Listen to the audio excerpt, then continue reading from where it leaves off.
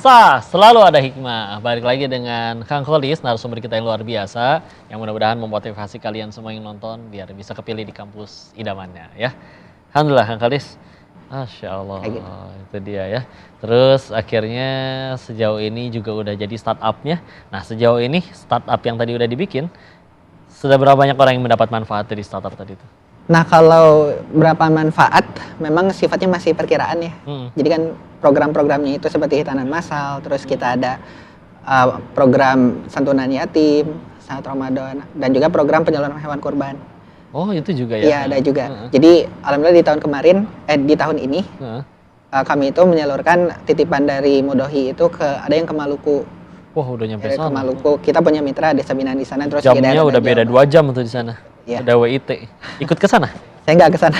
Saya nitip ininya aja, hewannya gitu. Masya Allah. Jadi kurang lebih ya setahun 1.000 lebih lah. Setahun 1.000 lebih minimal. Dan minta tolong juga ceritain Kang Kholis, gimana perjuangan jadi anak sulung dari belasan adik. Tentu kita punya cita-cita, pengen nyenengin mereka, tapi kan Masya Allah. Gimana tuh rasanya di-share ke kita-kita? Ya, jadi waktu itu Bapak itu di momen-momen terakhir ya. Waktu itu memang lagi masa-masa akhir COVID di sekitaran pertengahan 2021. Kang Kholis masih SMA Saya atau masih udah kuliah, masuk tingkat 3 lah. Oke, terus? 3. Jadi Bapak itu sempat kena COVID. Dan memang dulu punya riwayat penyakit paru-paru. Karena sering sekolahnya itu lumayan jauh, sepedahan, subuh-subuh. Ya kena paru-paru basah dan ya paru-paru basah dan sempatlah pernah koma 3 hari kayak gitu. Jadi saat kena COVID itu lumayan berat pernafasan. Nah saat itu saya coba antar bareng sama ibu ke rumah sakit dan qadarullah di maghribnya kelihatannya memang sudah stabil. Kita tinggal sebentar, ternyata sudah waktunya kayak gitu saat itu. Nah waktu itu memang yang ada di bayangan saya, oh ternyata memang saya berusaha tegar ya gitu ya ke adik-adik. Iya, anak sulung kan. Iya. Tentang rezeki, kemudian tentang kebayang nih nanti bakal jadi wali buat adik-adik. Betul. Terus dan sebagainya. Dan alhamdulillah waktu itu saya ya tenang jalaninnya karena insya Allah rezeki itu pasti ada jalannya, pasti menemukan jalannya. Udah didampingin iman. Ya, dan berjalan setahun. 2 minggu setelah Bapak meninggal, saya waktu itu udah magang. Jadi magang karena memang udah jadwalnya gitu ya. Alhamdulillah di sana masuk. Kemudian saya ngajar juga. Sambil ngajar, terus ada beasiswa gimana dihemat. Terus adik-adik juga macam-macam lah, ada yang ngajar, ada yang ikut lomba. Gimana kita bareng-bareng bantu keluarga kayak gitu. Dan alhamdulillah banyak tetangga-tetangga, teman bapak, teman ibu itu banyak yang bantu. Jadi selama itu alhamdulillah selalu ada rezekinya. Alhamdulillah selalu ada rezekinya kayak gitu. Ini entah ibu atau bapak, bagaimana mereka itu sehari-hari? Apakah kayak ada satu amalan khusus yang selalu beliau lakukan? Tahajudnya kah? Atau bacaan Qurannya kah? Sampai istilahnya 16 ini ya Allah aja yang jaga gitu. Yang secara matematika kan gimana cara menuhinnya? Barangkali orang tua mungkin.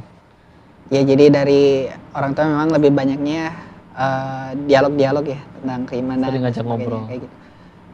Pernah saya juga waktu itu mulai banyak aktivitas kan di kampus, di Salman, akademik.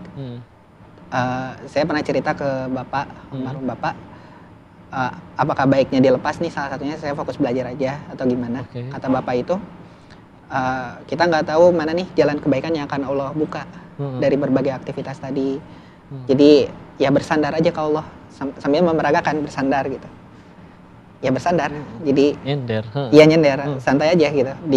Diserahkan kepada Allah. Kita tempuh apa yang memang jadi tugas kita kayak gitu. Jadi kalau bicara amalan-amalan ya alhamdulillah itu mah umumnya seorang muslim mungkin ya kayak gitu. Seperti apa? Jadi yang lebih ditekankan itu bagaimana kita nanti hidup bukan hanya di dunia, nanti akan ada pertanggungjawaban di akhirat. Setiap pilihan harus ke sana gitu. Acuannya. Patokannya itu ya. Patokannya itu.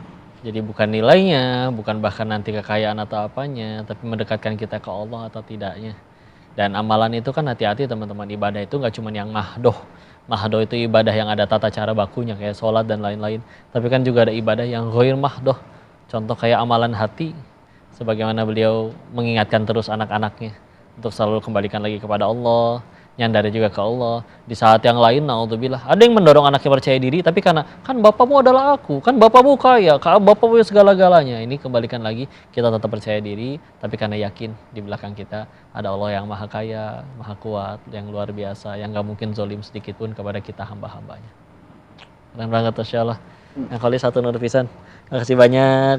Doa, ilmu, dan nasihatnya doain aku juga. Dan mudah-mudahan yang nonton ini bisa terinspirasi untuk yuk, cita-cita itu gratis. Jadi jangan ragu.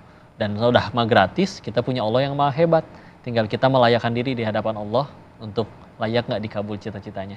Semoga dikabul semua cita-citanya. Dan itulah hikmah di hari ini. Kalian jangan kemana-mana, tetap selalu di acara Sah. Selalu ada hikmah. Sampai jumpa di episode selanjutnya. Assalamualaikum warahmatullahi wabarakatuh.